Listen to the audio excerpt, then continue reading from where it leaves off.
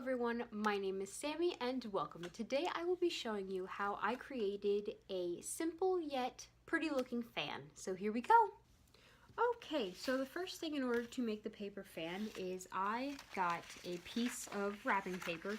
This is 30 inches by 4 inches, and then what I'm going to do is I'm just going to fold it like a paper fan, like you typically would with a paper fan. So this is going to take a little bit, and I'm already off to a rocky start. Ay, ay, ay. So I will be back when this is done. Okay, so once I have everything all folded, I'm next going to take this stapler and I'm going to staple one of the ends together. Now there are a lot of layers of paper here, so I'm hoping that it pierces through. Work? It worked! Yay! Woohoo! Yes! Happy about that. Very happy. Yay. Okay.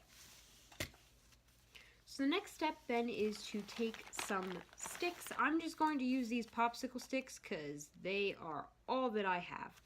But you can definitely use any kind of stick you want. Again, I'm just going to use these popsicle sticks. And then I'm going to glue them to each side of the paper.